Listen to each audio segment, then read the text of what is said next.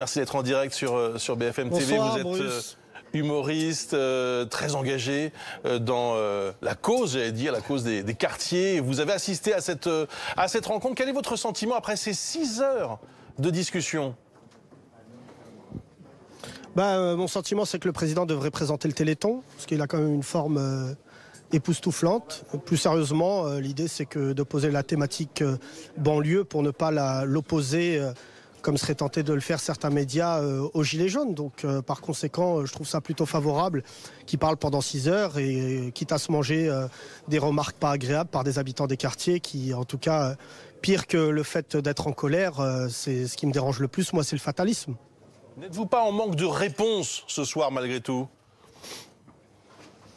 Non, mais il faut vraiment qu'on passe un autre cap que celui de se dire qu'à chaque fois qu'un président ou un ministre parle, il va nous distribuer de l'oseille. C'est pas ça. Ça, c'est de la politique, je pense, qui est archaïque.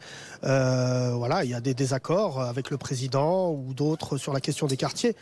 La réalité, c'est qu'aujourd'hui, déjà, il faut entendre pour savoir quels sont les besoins. Et là, ce que je ressens au bout des 6 heures, là, j'ai assisté en tout cas à 4 heures, ce qui me rend fier, c'est que les mots ne sont pas les mêmes concernant les gens des quartiers que d'autres endroits en France. Yacine Bellatar, il y a malgré tout, j'allais dire, une faute ou un péché originel de la part d'Emmanuel Macron concernant les quartiers et les banlieues. On se souvient évidemment de ce qui s'est passé au moment du plan Borloo. Est-ce que vous avez le sentiment que le président a changé d'avis ou changé son regard sur les quartiers? Mais j'ai pas l'impression, parce que sinon je démissionnerais du mandat qui m'a été confié au Conseil présidentiel des villes. C'est-à-dire que pour l'instant, rien n'a été fait de manière concrète et de manière en tout cas aussi époustouflante que l'auraient réclamé certains médias. Il ne faut pas commencer à rentrer encore une fois dans l'automatisme du plan de plusieurs milliards. Vous savez, là on n'est plus dans la rénovation urbaine, on est clairement je pense, dans la rénovation humaine, comme je m'amuse à le dire. Les gens des quartiers ne se sentent même pas concernés par le fait qu'ils fassent partie d'un projet global qui s'appelle la France. C'est les médias qui n'arrêtent pas de passer des Arabes et des Noirs en sueur qui marquent un but à la Coupe du Monde. Sinon, vous en parlez pas le reste du temps. Je dis vous, c'est pas vous, Bruce. Mais en tout cas, beaucoup de médias devraient se poser la question de savoir comment ils médiatisent les gens et les conséquences que ça a sur eux. Si les Gilets jaunes se sont tournés vers Internet et vers des chaînes russes, c'est que la question de représentativité de la parole des médias est à remettre en question. Et le fait d'inviter toujours des polémistes sur les plateaux qui ont un avis sur tout et surtout un avis, du coup, ça crée une sorte de déstabilisation morale dans tout le pays. Yacine Bellatar, on a entendu les responsables, les responsables d'associations, des citoyens engagés, et puis ces maires qui ont parlé, qui se sont adressés directement au président, avec souvent des questions très techniques, des questions très précises, mais on a senti aussi, je ne sais pas si c'est votre ressenti, mais une forme de désespoir qui s'exprimait aussi aujourd'hui. Mais je ne crois pas que ça soit le désespoir qui habite ces maires. Les maires, c'est quand même les smicards de la politique. Je veux dire, c'est quand même les mecs les moins bien lotis.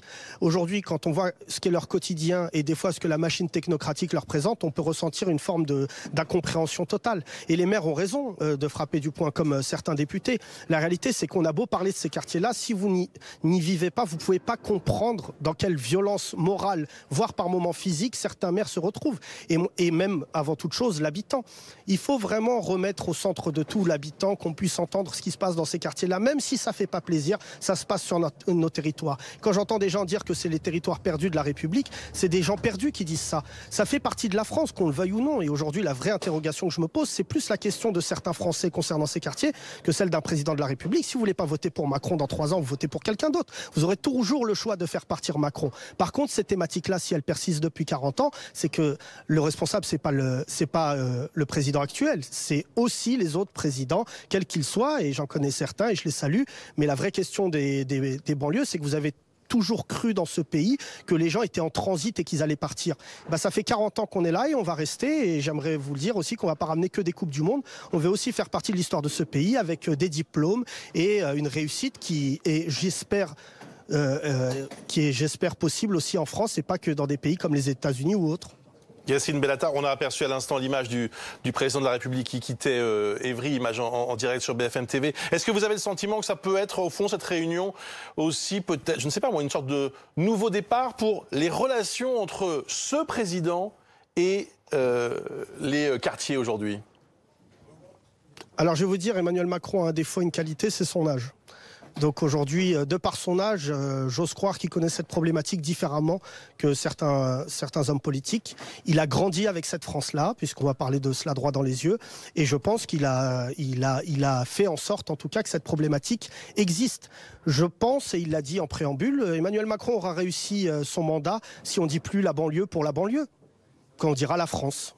Et ça nécessite beaucoup plus de travail sémantique que, en tout cas, financier. Donc c'est à lui de faire en sorte aujourd'hui que les gens qui habitent même à 20 km de certaines grandes villes se sentent concernés par le projet de la grande ville. Parce que quand je vois aujourd'hui le Grand Paris, quand je vois les Jeux Olympiques, que je vois des gens qui viennent sur des territoires où ils n'ont pas foutu les pieds, si ce n'est pour aller donner la paye de leur nounou sénégalaise, ben, il serait peut-être temps de considérer que les Jeux Olympiques en Seine-Saint-Denis, ça se fera avec les habitants de la Seine-Saint-Denis. Ça a beau s'appeler Paris 2024, ça se fera en Seine-Saint-Denis. Et on ne peut pas partir du principe que c'est un espèce de Airbnb géant et qu'on rénove la Seine-Saint-Denis sans garder les habitants. C'est pas possible.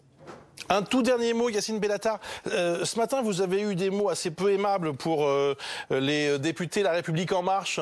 Et il y en avait beaucoup dans la salle oui. Ce soir. Je me demandais si vous vous étiez croisés, si vous avez échangé quelques mots sympathiques.